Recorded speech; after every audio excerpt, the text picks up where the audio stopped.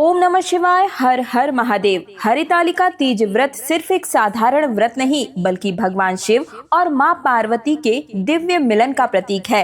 इस व्रत को करने से सुहागिन महिलाओं को अखंड सौभाग्य और पति की दीर्घायु का वरदान मिलता है। साथ ही इस व्रत को करने से अकाल मृत्यु का भय भी समाप्त हो जाता है और वहीं अविवाहित कन्याओं को योग्य वर की प्राप्ति होती है।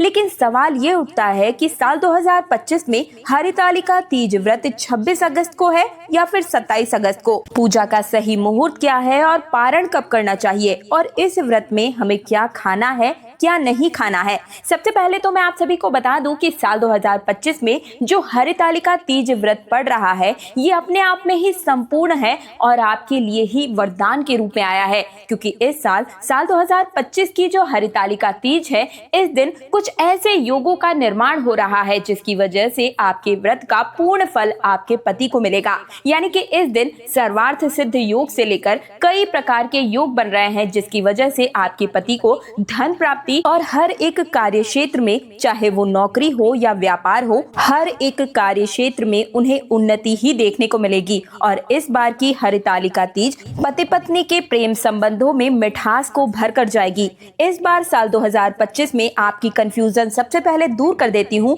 26 अगस्त 2025 को हरितालिका तीज का व्रत रखा जाएगा। माताएं एवं बहनें अभी तक आप सभी परंपरागत तरीके से या फिर इधर उधर से सुनकर या फिर अपने रिश्तेदारों से सलाह लेकर इस व्रत को किया होगा, या आपने अपनी माँ, दादी या फिर सास ने आपको बताया होगा और फिर आपने इस व्रत को रखा होगा। इसके नियम क्या हैं? जैसे जैसे नियम आपके बड़े बुजुर्ग रिश्तेदारों ने बताए हैं आप उन्हीं नियमों से हरितालिका तीज का व्रत रखते आ रहे होंगे। पर जो महिलाएं पहली बार तीज का व्रत उठा रही हैं तो कैसे उठाना चाहिए, इसका क्या सही तरीका है और शास्त्रों में इसके बारे में क्या कुछ नियम बताए गए हैं, आज की वीडियो में मैं आप सभी को संपूर्ण जानकारी दूंगी। इस वीडियो को देखने के बाद आपको सब कुछ स्पष्ट हो जाएगा और जो भी पहली बार हरितालिका तीज का व्रत करना चाहती हैं वे माताएं और बहनें, उनके लिए ये वीडियो बहुत ही बड़ी सहायक सिद्ध होने वाली है। इसलिए आप सभी माताओं और बहनों से मेरा एक ही निवेदन है, एक ही कहना है कि हर एक काम को एक तरफ रखकर इस वीडियो को पूरा अंत तक देख लीजिए, क्योंकि इसमें संपूर्ण जानकारी आप सभी को मिलने वाली है। अगर आपने इस जानकारी को समझ लिया तो आपकी पूजा संपूर्ण मानी जाएगी, क्योंकि आज मैं आप सभी को इस वीडियो में हरितालिका तीज की संपूर्ण जानकारी, पूजा विधि से लेकर व्रत के नियम, पारण के नियम, यानी कि व्रत की शुरुआत से लेकर व्रत के आखिरी दिन संपूर्ण जानकारी आज की इस वीडियो में मैं आप सभी को बताने जा रही हूँ। इसलिए इस वीडियो को पूरा अंत तक देखना आपकी जिम्मेदारी है। काट काट कर वीडियो को भगाकर बिल्कुल मत देखिएगा, वरना इतनी महत्वपूर्ण जानकारी आप सभी से छूट जाएगी। इसलिए वीडियो को पूरा जरूर देखिएगा, तभी आपको सही सटीक जानकारी मिल पाएगी। भक्तों, ये व्रत सुहागिन महिलाओं के लिए सौभाग्य, अखंड और पति सुख और वैवाहिक जीवन में मधुरता का एक तरीके से वरदान है। अविवाहित कन्याएं इसे अच्छे और मनचाहे वर की प्राप्ति के लिए करती है। शास्त्रों के अनुसार इसी तृतीया तिथि को माता गौरी का जन्म हुआ था और इसी तिथि को उनका विवाह भगवान शिव के साथ होना निश्चित हुआ था। कथा के अनुसार जब उनका विवाह विष्णु जी से तय हो रहा था तब उनकी सखियों ने उनका हरण करके उन्हें एक गुफा में छुपा दिया था। वहीं माता पार्वती ने मिट्टी और रेत के शिवलिंग बनाकर उनका पूजन किया और निर्जला उपवास रखकर शिव को अपनी पति के रूप में पाने का संकल्प लिया। उनकी ये तपस्या सफल हुई और भगवान शिव ने उन्हें पत्नी के रूप में स्वीकार किया। और इस साल 2025 की हरितालिका तीज व्रत वराह जयंती के दिन पड़ रही है। आप सभी को बता दूं कि वराह अवतार भगवान विष्णु के ही तीसरे अवतार को कहा जाता है। जब उन्होंने पृथ्वी देवी को समुद्र से निकालकर बचाया था। वराह पुराण में भगवान वराह और पृथ्वी देवी का संवाद देखने को मिलता है, जिसमें भगवान वराह तृतीय तिथि की महिमा बताते हैं। हे पृथ्वी, जो स्त्री इस तिथि का व्रत करती है वो तुम्हारी तरह ही पवित्र और सौभाग्यवती और धन धान्य से संपन्न हो जाती है। यहाँ एक खास बात भगवान वराह ने कही कि तृतीया तिथि पर नमक का सेवन बिल्कुल ही वर्जित है। भले ही कोई महिला हरितालिका तीज व्रत करे या ना करे, लेकिन इस तिथि पर नमक रहित भोजन ही करना चाहिए। उसका व्रत यानी कि तृतीया तिथि का व्रत और पूजन करने वाली महिला श्री गौरी देवी की सहचारी बनती है, यानी कि माता पार्वती जी की सहेली बनती है। तो अब आप सभी जान चुके होंगे कि हरितालिका तीज का व्रत बहुत ही पवित्र माना जाता है। अब एक बहुत ही बड़ा प्रश्न ये आता है कि पीरियड्स के समय यानी माहवारी के दौरान इस व्रत को कैसे करें या ना करें। तो भक्तों, इसका उत्तर ये है कि आप बिल्कुल ये व्रत रख सकती हैं यदि आपका शरीर साथ दे रहा है तो, लेकिन पूजन का सामान आपको बिल्कुल भी छूना नहीं है और ना ही आपको पूजा करनी है। आप केवल व्रत रख सकती हैं। पूजा जो है वो आपके पति कर सकते हैं या फिर घर का कोई अन्य सदस्य इस पूजा विधि को कर सकता है। हरितालिका तीज व्रत की प्रधानता बहुत अधिक है। आप सभी लोग इस व्रत को जरूर कीजिएगा। परंपरा के अनुसार एक दिन पहले नहाए खाए होता है। कहीं कहीं पर ही ये होता है, यानी कि हर जगह नहीं होता है, हमारे यहाँ नहीं होता है, लेकिन भारत के कुछ क्षेत्रों में नहाए खाए भी किया जाता है। नहाए खाए का मतलब है उस दिन सूर्योदय के बाद पवित्र नदी में स्नान करके घर की साफ सफाई करके शुद्ध सात्विक भोजन करना और अगले दिन के व्रत के लिए मानसिक और आध्यात्मिक रूप से तैयार होना। नहाए खाए के नियम के अनुसार सुबह सूर्योदय से पहले उठें, ब्रह्म मुहूर्त में उठकर स्नान करें, बाल धोएं और शुद्ध वस्त्र पहनकर इस दिन जरूरी है कि घर की साफ सफाई, घर की पूजा स्थान की सफाई, रसोई और मुख्य दरवाजे की विशेष रूप से सफाई की जाती है। मान्यता है कि स्वच्छता से घर में देवी देवताओं का आगमन होता है। लहसुन और प्याज इस दिन बिल्कुल ही वर्जित होते हैं। नहाए खाए से लेकर व्रत के अगले दिन यानी कि पारण तक लहसुन प्याज का सेवन बिल्कुल ही ना करें। सात्विक भोजन करें, केवल शुद्ध और सात्विक भोजन ही करें। इसी दिन आप सभी 16 श्रृंगार की सामग्री भी तैयार करके रख लीजिएगा। 16 श्रृंगार में मांग टीका बिल्कुल ही अनिवार्य होता है। इसके अलावा मेहंदी, आलता, बिंदी, लिपस्टिक, सिंदूर, इस तरीके से चूड़ियां, आप लाल या हरी चूड़ियां इस दिन जरूर रखिएगा। ये सबसे ज्यादा शुभ मानी जाती है। इस तरीके से 16 श्रृंगार की आप थाली बनाकर रख लीजिएगा। शाम तक आप सभी मेहंदी लगवा लें, क्योंकि व्रत के दिन मेहंदी लगाना अशुभ माना जाता है। अब आगे बढ़ते हैं। कई जगह पर परंपरा ये कहती है व्रत वाले दिन यानी कि 26 अगस्त की सुबह सूर्योदय से पूर्व कुछ खा लिया जाता है। इसी को ही सरगी कहा जाता है। देखिए, सभी माताएं और बहनें थोड़ा सा ध्यान से सुनिएगा। यदि आप रात को यानी सूर्योदय से पूर्व भोजन करेंगे तो कुछ और नहीं खाना है, क्योंकि इससे आपको भूख प्यास दिन भर ज्यादा लगेगी। आप जलीय पदार्थ खा सकते हैं या पी सकते हैं, जैसे कि नारियल पानी हो गया, खीरा हो गया, खरबूजा, तरबूजा, आम, जो रसीले फल होते हैं उनका सेवन आप सूर्योदय से पूर्व ही कर लीजिएगा। इस दिन आपको ब्रश नहीं करना है, क्योंकि जो मार्केट के पेस्ट आते हैं उनमें केमिकल होता है, उसमें नमक होता है। तो इस दिन आप सभी दातून करके ही व्रत के नियम का पालन कीजिएगा। और अगर आपको दातून न मिल सके तो ऐसे में कोरा पेस्ट लेकर आप जो है ब्रश कर सकते हैं, लेकिन पेस्ट बिल्कुल भी मत लगाइए, क्योंकि इससे आपका जो व्रत है वो खंडित हो सकता है। इस दिन व्रत के दौरान हमें कौन से रंग की साड़ी पहननी चाहिए? तो देखिए भक्तों, इस दिन व्रत वाले दिन आप लाल, पीले, गुलाबी या फिर जो चटक रंग होते हैं उस कलर की साड़ी पहन सकते हैं, हरे रंग की साड़ी पहन सकते हैं। केवल काले और नीले रंग की साड़ी बिल्कुल वर्जित होती है, तो इन कलर का आप त्याग कीजिएगा। अब बात कर लेते हैं कि क्या बिल्कुल कोरी साड़ी इस दिन पहनना अनिवार्य होता है? तो देखिए, आप ऐसी साड़ी को पहन सकते हैं जो आपने आज से पहले कभी पूजा पाठ में पहनी हो, या फिर जो साड़ी आप धुल कर रखे हो उस साड़ी को आप पहन सकते हैं। ऐसा कहीं कोई अनिवार्य नहीं है कि आप बिल्कुल ही कोरी साड़ी पहने। आप धोकर सुखाकर उस साड़ी को बिल्कुल ही पवित्र कर लीजिए, उसके ऊपर गंगा जल का छिड़काव कर लीजिए। ऐसी साड़ी पहनकर भी आप इस व्रत को संपूर्ण कर सकते हैं। हरितालिका तीज का व्रत माता पार्वती और भगवान शिव के दिव्य मिलन की स्मृति में रखा जाता है। इस दिन सुहागिन महिलाएं और माताएं जो भी हैं वो गौरी के रूप को धारण करती हैं और 16 श्रृंगार करके उनके सामने बैठती है। शास्त्रों में कहा गया है कि श्रृंगारण्य सौभाग्यवत्य भवते, अर्थात जो स्त्री व्रत के दिन श्रृंगार करती है उसका सौभाग्य अशून्य रहता है और पति जीवन भर दीर्घायु को प्राप्त करता है। और अब जान लेते हैं कि इस दिन हमें पूजन किस प्रकार से करना है। लेकिन उससे पहले अगर आप सभी ने अभी तक माँ गौरी और भगवान शिव की इस वीडियो को लाइक नहीं किया है तो लाइक करके कमेंट सेक्शन में हर हर महादेव, जय माँ गौरी जरूर ही लिखिए। देखिए। साथ ही साथ चैनल तीज त्योहार और धर्म को सब्सक्राइब भी तुरंत कर दीजिए। देखिए, पूजन की बात कर रही हूँ कि किस प्रकार से जो महिलाएं पहली बार इस व्रत को उठा रही हैं, वे इस दिन पूजा किस प्रकार से करेंगी, क्योंकि इस दिन बहुत ही अच्छे तरीके से पहली बार आपको व्रत उठाना है। पूजन की शुरुआत में आप अपने हाथ में अक्षत, पुष्प और जल लेकर संकल्प लेना है कि मैं इस हरितालिका तीज का व्रत कर रही हूँ। इस व्रत को पूर्ण करने में मेरी मदद करें, सहायता करें और इसमें मुझे सफलता दें। ये जो संकल्प विधि है, आपको सुबह की पूजा के समय ही कर लेना है। तो ये संकल्प आप सभी 26 अगस्त की सुबह के समय ही ले लेंगे। हाथ में अक्षत, पुष्प और कुछ दक्षिणा लेकर व्रत की कथा सुने और उसके बाद इन द्रव्य को आप भगवान के सामने समर्पित कर दीजिएगा।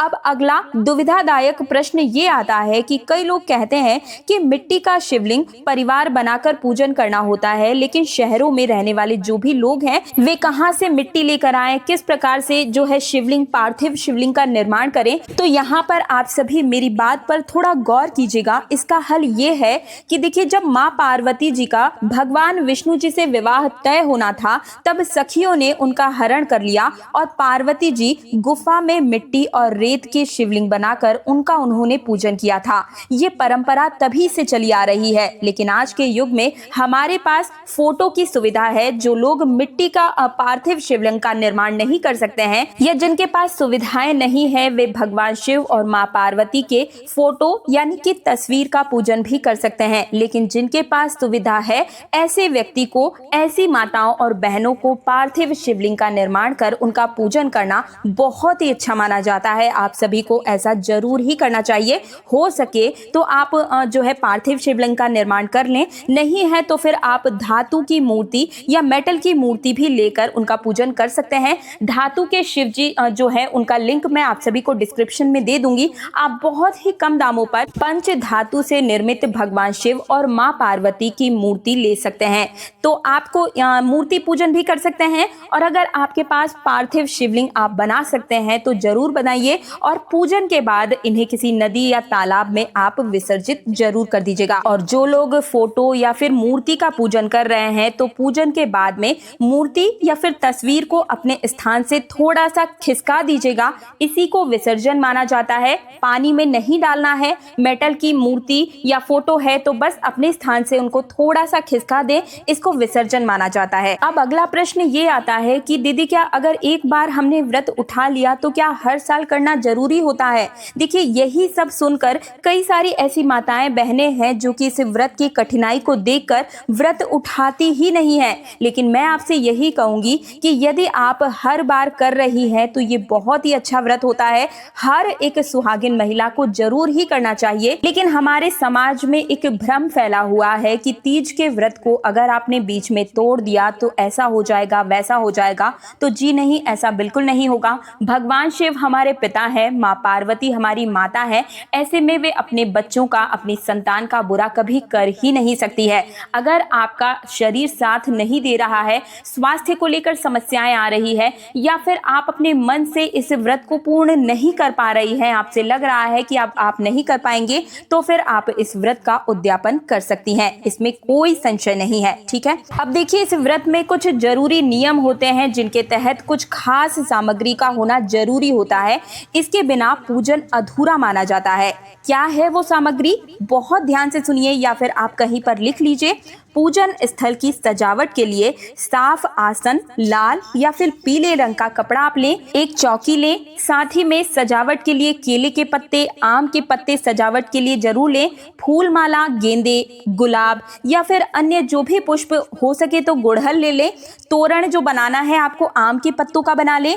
कृत्रिम मूर्ति या प्रतिमा मूर्ति जो होती है वो आपके पास जरूर होनी चाहिए। भगवान शिव और माँ पार्वती की प्रतिमा या मूर्ति जरूर हो। गणेश जी की प्रतिमा या फोटो, तांबे का लोटा, शुद्ध घी का दीपक और गंगा जल हो तो वो बहुत ही श्रेष्ठ माना जाता है। कच्चा दूध, दही, घी, शहद, चीनी, मिश्री, बेलपत्र, धतूरा, फल, आंकड़े के फूल, गन्ना, संभव हो तो चावल, अक्षत जो होते हैं वो बिल्कुल भी टूटे फूटे ना हो, रोली, कुमकुम, हल्दी पाउडर, हल्दी की गांठ, पान के पत्ते, सुपारी, लौंग, इलायची, कपूर, मौली, कलावा, थोड़ी सी दूर्वा घास भगवान श्री गणेश जी के लिए, धूप बत्तियां, चंदन पाउडर या लेप के लिए, साथ ही में भोग और प्रसाद सामग्री, गेहूं का आटा, शुद्ध घी, गुड़ और चीनी पंचामृत के लिए, साथ ही में दूध, दही, घी, शहद, मिश्री और मौसमी फल जैसे केला, सेब, अनार, नारियल आदि रख लें। और इसी के साथ में सूखे मेवे जैसे कि काजू, बादाम, किशमिश, मखाना हो गए, लड्डू का भोग, कुछ घर की बनाए हुए भोग भी इस दिन रखें। और सबसे महत्वपूर्ण सामग्री यानी कि हरितालिका तीज व्रत की पुस्तक, साथ ही में व्रती के बैठने के लिए एक शुद्ध और पवित्र आसन होना चाहिए, थाली, लोटा, जल से भरा हुआ जो लोटा होता है, इसी के साथ में छोटी सी एक डलिया, टोकरी जिसमें पूजन का कपड़ा हो या फिर ढकने हेतु साफ सी चुनरी हो, और जितना हो सके इस दिन पीतल या तांबे या मिट्टी के बर्तन का ही आप प्रयोग करें। तो ये थी संपूर्ण सामग्री। पूजा में टूटा, गंदा या बासी कुछ भी न चढ़ाएं। अगर किसी वस्तु का मिलना मुश्किल हो तो ऐसे में मन से भक्ति और श्रद्धा से उसका विकल्प अर्पित कर सकते हैं। और अब जान लेते हैं कि अपने ही घर पर हरितालिका तीज व्रत का पूजन कैसे करें, इसके नियम क्या हैं, विशेष रूप से किन बातों का ध्यान रखना है। लेकिन एक बार फिर से आप सभी को याद दिला दूं कि माँ गौरी और भगवान शिव शंकर की इस वीडियो को अभी तक लाइक नहीं किया है तो लाइक करके कमेंट सेक्शन में हर हर महादेव, जय माँ गौरी जरूर ही लिखिए। साथ ही साथ चैनल तीज त्योहार और धर्म को सब्सक्राइब भी कर दीजिए। तो देखिए, कुछ महिलाएं ऐसी भी होगी जो गांव से हमारी इस वीडियो को देख रही होंगी, जो ज्यादा पढ़ी लिखी नहीं हो, तो ऐसे में उनके लिए ये वीडियो बिल्कुल ही साधारण तरीके से मैं आप सभी को समझा रही हूँ, पूजा विधि बता रही हूँ, ताकि उन सभी माताओं और बहनों को बहुत ही अच्छी तरीके से ये पूजा विधि समझ में आ जाए। इसीलिए आप सभी से कह रही हूँ कि चैनल को सब्सक्राइब कर दीजिए ताकि हर रोज आपको बिल्कुल मुफ्त में जानकारियां मिलती चली जाए। तो देखिए, ये व्रत माता पार्वती और भगवान शिव के मिलन की स्मृति में किया जाता है। ऐसे में सुहागिन महिलाएं अपने पति की लंबी उम्र और वैवाहिक सुख के लिए इस व्रत को रखती हैं, और वहीं कुंवारी कन्याएं अच्छे वर यानी कि अच्छे पति की प्राप्ति के लिए इस व्रत को रखती हैं। व्रत से एक दिन पहले द्वितीया तिथि को सात्विक भोजन करें, प्याज, लहसुन, मांस, मदिरा आदि बिल्कुल ही परहेज करें। व्रत का संकल्प मन में ले सकते हैं कि कल मैं हरितालिका तीज का व्रत करूंगी, माता पार्वती की पूजा करूंगी। तो तृतीया तिथि की सुबह के समय स्नान करके आप लाल, पीली या हरे रंग की साड़ी पहनकर सिर को ढककर पूजा करें। बिना अनाज के केवल फल या जल या निर्जल इस व्रत को रख सकते हैं। पहली बार इस व्रत को रखने वाली माताएं और बहनें फलाहार इस दिन कर सकती हैं। सबसे पहले घर के पूजा स्थल को साफ करके माँ पार्वती और भगवान शिव के स्थान को सजाएं। पीले या लाल रंग का आसन चौकी पर बिछाकर भगवान शिव और माँ पार्वती की मूर्ति या प्रतिमा को स्थापित कर दीजिए। इसके बाद कलश स्थापित करें, कलश में जल भरें, आम के पत्ते लगाएं, नारियल इस पर रख दें। पूजा विधि सरल क्रम तरीके से बता रही हूँ। दीपक जलाएं, ओम दीप ज्योतिषे नमः मंत्र कहते हुए भगवान गणेश का पूजन कीजिए। अब किसी भी पूजा की शुरुआत माता पार्वती और भगवान शिव के आवाहन से करें। ओम नमः शिवाय, ओम पार्वते नमः, इस मंत्र को जाप करते हुए ही भगवान शिव की मूर्ति को आप स्नान करवाएं। पहले गंगा जल, फिर पंचामृत के साथ और फिर स्वच्छ जल कपड़े पहना करके उन्हें बिल्कुल ही तैयार करें। इसके बाद चुनरी चढ़ाएं, सिंदूर, माँ गौरी को बिंदी, हार, पुष्प आदि श्रृंगार उनका करें। बेलपत्र, फूल, फल, धतूरा, अक्षत, रोली, हल्दी अर्पित कीजिए। इसके बाद माँ पार्वती को 16 श्रृंगार का सामान समर्पित कीजिए। भगवान शिव और माँ पार्वती को भोग स्वरूप फल, मेवे और जो भी मिष्ठान है वे सभी समर्पित करें। और इसके बाद हरितालिका तीज व्रत की कथा अवश्य ही पढ़ें या फिर सुने। आप सभी की सहूलियत के लिए मैं अपने चैनल पर हरितालिका तीज व्रत की कथा भी लगा दूंगी, और हरितालिका तीज व्रत के दिन पूरे दिन हमारे चैनल पर लाइव हरितालिका तीज व्रत की जो है कथा है वो चलती रहेगी। तो आप पूजा के दौरान भी उस कथा का श्रवण कर सकते हैं। इसके बाद आरती करें, पहले शिव जी की और फिर माँ पार्वती की आरती कर उन्हें प्रणाम करें और अपनी जो भी मनोकामना है वो उनसे बोलें। रात का नियम ये कहता है कि रात के समय इस दिन जागरण किया जाता है, भजन कीर्तन करें, शिव और पार्वती की महिमा सुने। अगर स्वास्थ्य ठीक न हो तो पूजा स्थल के पास बैठकर मंत्र जपते हुए विश्राम कर सकते हैं। अगले दिन सुबह की पूजा के बाद में आपको दान सामग्री छूनी है, यानी कि 16 श्रृंगार की जो भी वस्तुएं हैं उन्हें अपने हाथ से छूकर उनका दान करना है और इसके बाद ही आप इस व्रत का पारण कर सकते हैं। कई स्थानों पर इस व्रत का पारण मीठा खाकर, मेरे यहाँ पर सत्तू से पारण किया जाता है। आपके यहाँ पर किस चीज से व्रत का पारण किया जाता है मुझे कमेंट सेक्शन में जरूर बताइएगा। तो ये थी इस व्रत की संपूर्ण जानकारी। ये वीडियो कुछ ज्यादा ही लंबा हो रहा है, इसलिए इससे जुड़ी हुई जो भी मुहूर्त है, जो भी जानकारी है, वो भी मैंने अपने चैनल पर पहले ही डाल दी है। आप इस वीडियो को देखने के बाद उस वीडियो को भी जरूर ही देखिएगा। तो आप सभी को हरितालिका तीज व्रत की हार्दिक शुभकामनाएं। साथ ही साथ अगर आपने अभी तक वीडियो को लाइक नहीं किया है तो भगवान शिव, मां पार्वती की असीम कृपा की प्राप्ति के लिए इस वीडियो को लाइक करके कमेंट सेक्शन में हर हर महादेव, जय मां गौरी जरूर लिखिएगा। मिलती हूँ एक और नई जानकारी के साथ, तब तक के लिए हर हर महादेव, ओम नमः शिवाय।